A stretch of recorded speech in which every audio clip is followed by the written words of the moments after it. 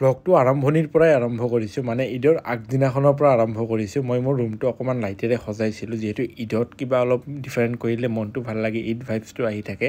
আৰু লগতে মাহঁতে পিঠা বনাই আছিলে, সেয়া ক্লিপো ৰাখিছোঁ। যিহেতু ব্লগটোৱে ঈদৰ ওপৰত।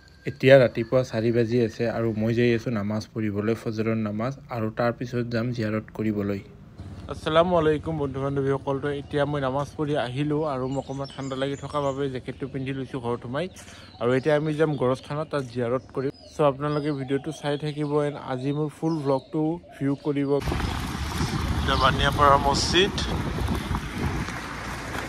চ' এতিয়া আমি গৰস্থান আহি পালোঁ আৰু এতিয়া ভিতৰত যাই জিয়াৰত কৰিম, আৰু তাত ভিডিঅ' নবনালোঁ। এতিয়া অকণমান ফুৰি আকৌ আমি ঘৰত আহি গ'লোঁ। ইপিনে ঈদ বুলি এই মস্ত কয়লাটো কাটিছে, ইটোৰ ওজন 4 পৰা 5 কেজিমান হ'ব। এখন হাতেৰে দাঙি ধৰিব নোৱাৰি, এনেকুৱা মানে ইমান। আৰু এয়া মোৰ আজিৰ আউটফিট, আৰু এতিয়া মই গা পা ধুই ৰেডি হ'লোঁ আৰু মাঠত যাবৰ কাৰণে ফুল ৰেডি।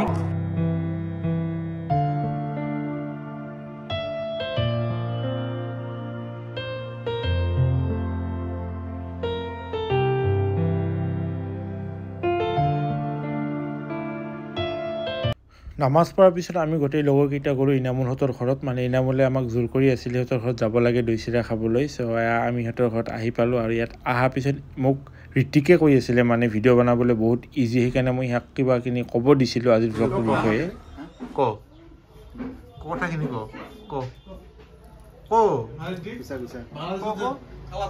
চ' আমাৰ ঋতিক চাহা ভাৰ মানি গ'ল। কেমেৰাটো অন কৰাৰ পিছতে তাৰ মুখৰ মাত নোহোৱা হৈ গ'ল। সি ৰিয়েলাইজ কৰিলে যে ভিডিঅ' বনোৱা কামটো ইমান ইজি নহয়। আৰু ইপিনে আমি খাব বহিলোঁ, খুৰীয়ে মাতিলে। আমি এতিয়া দৈ চিৰা খাই ঘৰত যাওঁ।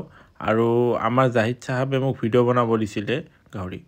অলপ সময় পিছত বাইদেউহঁতে আহিলে, আৰু অহাৰ পিছত ভাগিনৰ লগত অকণমান খেলিলোঁ মই।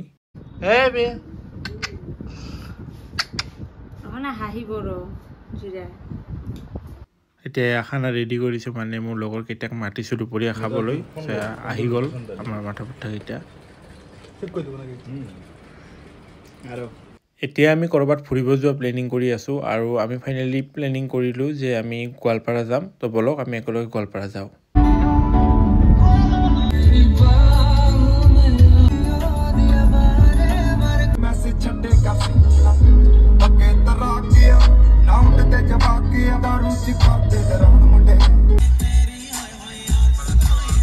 তো আমি গোৱালপাৰা আহি পালোঁ, আৰু আহিয়ে প্ৰথমতে আমি পেহীহঁতৰ ঘৰত সোমালোঁ। আৰু এয়া পেহীহঁতৰ ঘৰৰ সন্মুখৰ দৃশ্য, ইমান ধুনীয়া লাইটিং কৰিছে ঘৰৰ সন্মুখতে। আৰু গোটেইকেইটা আহি ভিতৰত সোমালোঁ, আৰু এইপিনে আমাক পেহীয়ে নাস্তা দিলে খাবলৈ। তো তাৰ পৰা খাই বৈ এতিয়া আমি গোৱালপাৰা ফুৰিব ওলাই আহিলোঁ।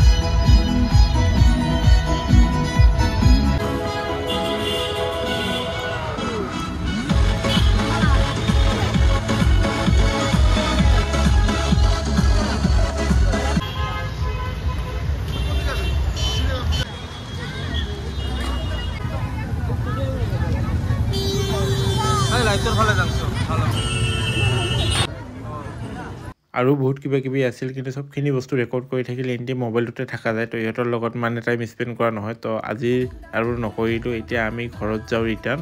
তো আজিৰ ভিডিঅ'টো মই ইমানতে শেষ কৰিছোঁ। যদি ভাল লাগে please like, share and subscribe কৰি দিব।